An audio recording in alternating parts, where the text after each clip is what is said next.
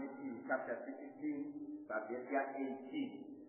Kukoka imose kuti sangane pakuverenga shoko la Mwari apo ndikatsananguro shomanana pamusoro pechii shoko la Mwari tinowana pana Matthew chapter 16 verse 18 inoti, and I say also unto thee that thou art Peter, and upon this rock I will build my church, and the gates of hell shall not prevail against it.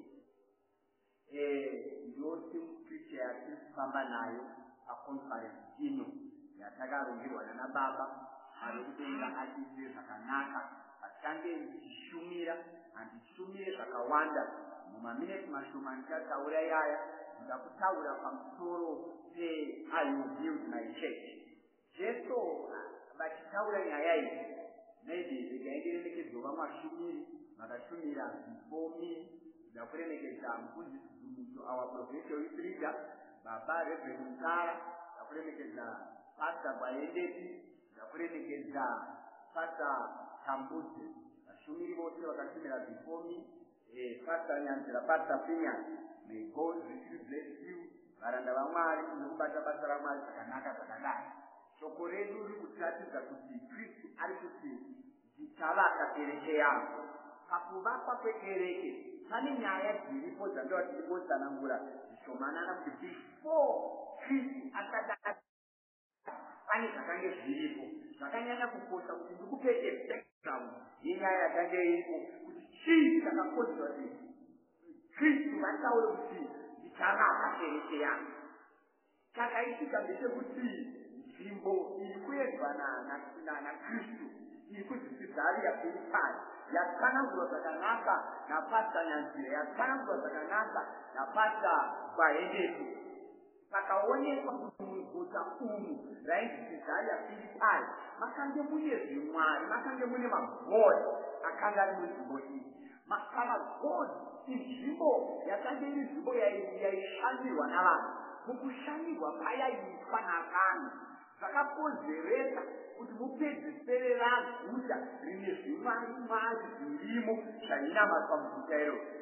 Mukushumira kwese kwaKristu hatina kumbomuona muguta iro, but on this particular day Jesus decided to visit Caesarea Philippi. Why Jesus decided to visit Caesarea Philippi? Because ndekuti akange ane pfungwa yekuti ndikakuvaka kereke. Paari kunosvika pamusuwo weguta reCaesarea Philippi. Mind you, muguta reCaesarea Philippi mune nyaya dziri kuitwa, mune magodhi arimo kusanganisira the pan god, chimwari chagotaura cheche.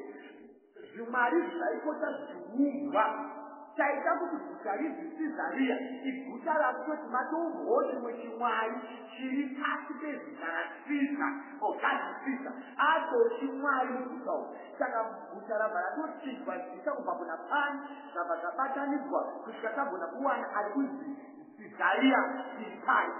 Mane zvimwari mavo, but pane chimwari chandoda kuti nditaure nezvacho masikatani chiri kutaurwa naJesu.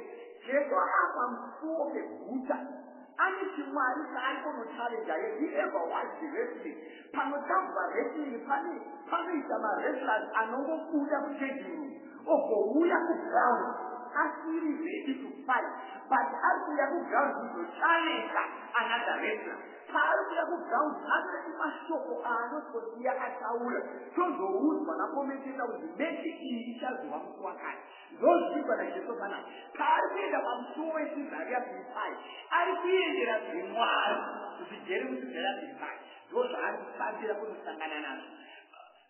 Pakati pezvimwari pane chimwari chandoda kuti tisangane nacho chiri kunzi naJesu, and the gate of hell.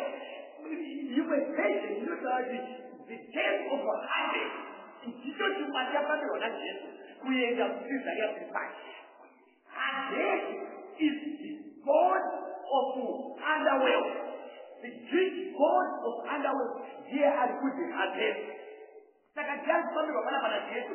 Jesu ari kuenda kunoti the gate of Hades ari kunzi Hades, the god, the Greek god of underworld. I will build my church. Say I will build my church. Remember, my religious gathering. My religious gathering.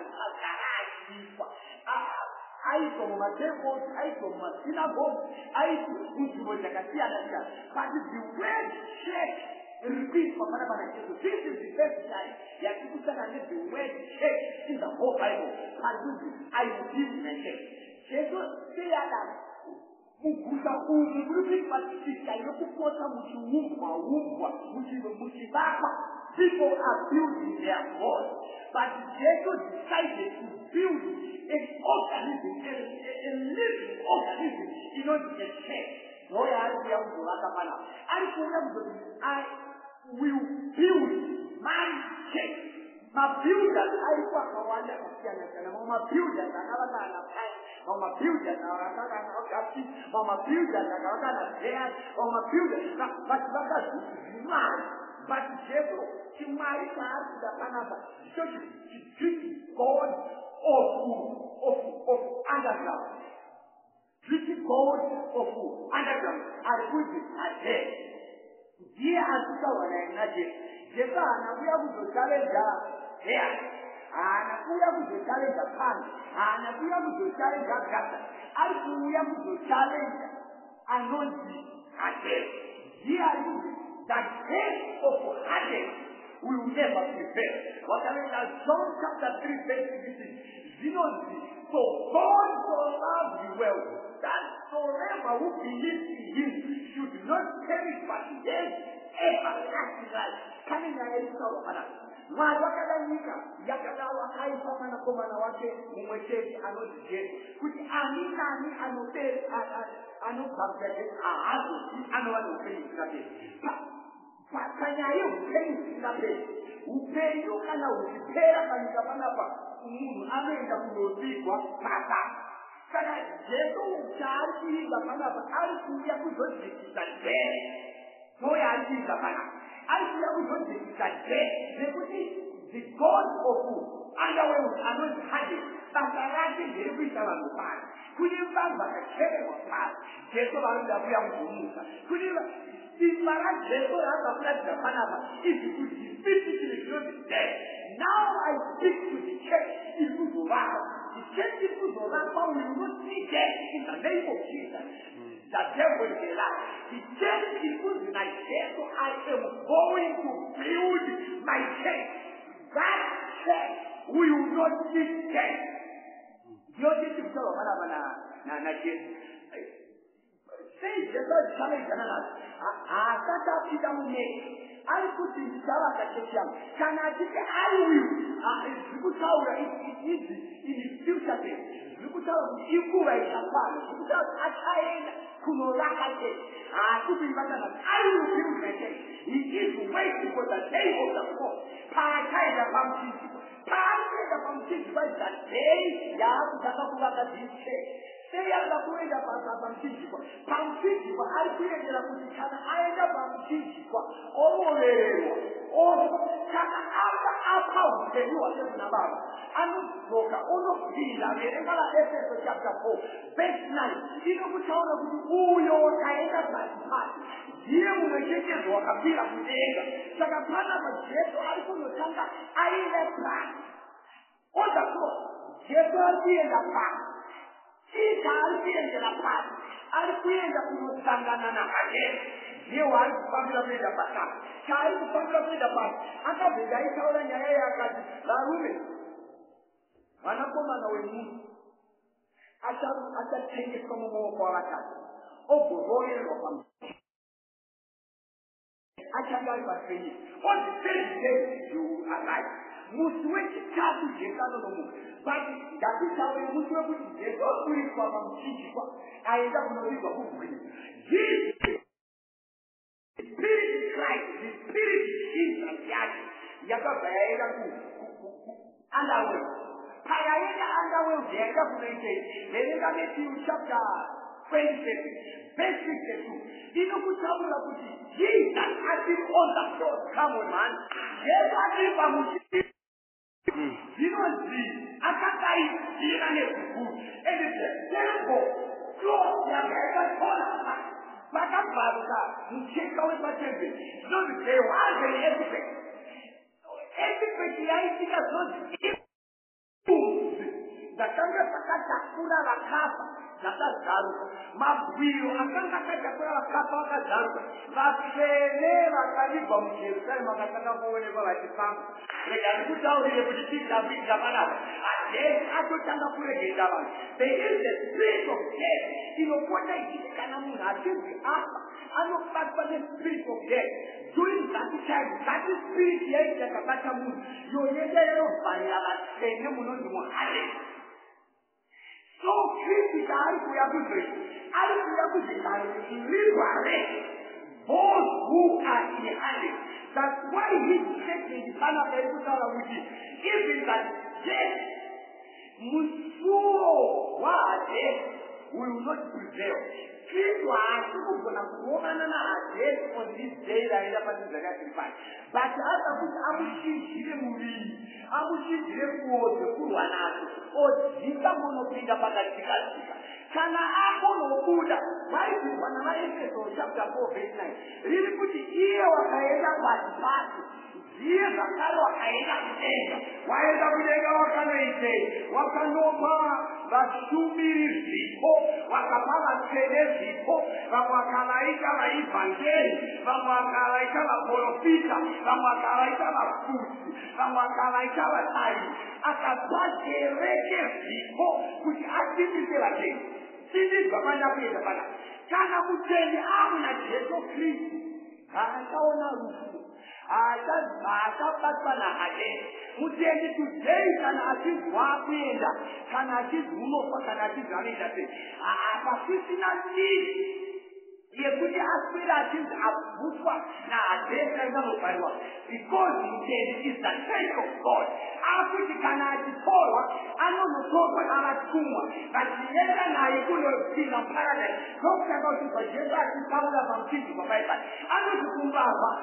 Today, ulicharilewe in paradise na baba. Akisimna nyaya yekuti kuchalamba kujiita the God of death alokuja kubatana na jino ligalatene mani. The church is that they are kuzurama. Alikuzurama the church is not jifika easily dead. Unobajeza alizoka abuda on the research. Ano tikarira, mafu karira, mafi death. Anozi akazoka katika tora maki erufu na ake pia akakale kwa chapter 16. Now the church is kwamba na je jiwe mtendo akanisari jiwe mtendo kuniterera uninyaya zionesa uninyaya ziowa leo bategeza tukutaona kuti Jesa ni nyaya leo yakanaka iwewe aupewa kapundikana kauneka iwewe unotite kauneka iwewe unotapa tete nikutawe kumutenda kaniterera wanu kumutira simba wanu kumutane simba kuti aupewa kakuliwa nekintu kironzi urufu ivi nyongere yakakatana nerufu ilikutawa upewi in the name of Jesus. Because death was defeated on the cross. And death was defeated on the cross. They get the good down in the other manner. Can what was somebody not exact? The way of the name. Jesus was the tower of the death of the hell. We will not prepare anything. Can what was somebody? You know the black sorrow is Muani can sacrifice, Muani can sacrifice, but Chava. But the Chava is black.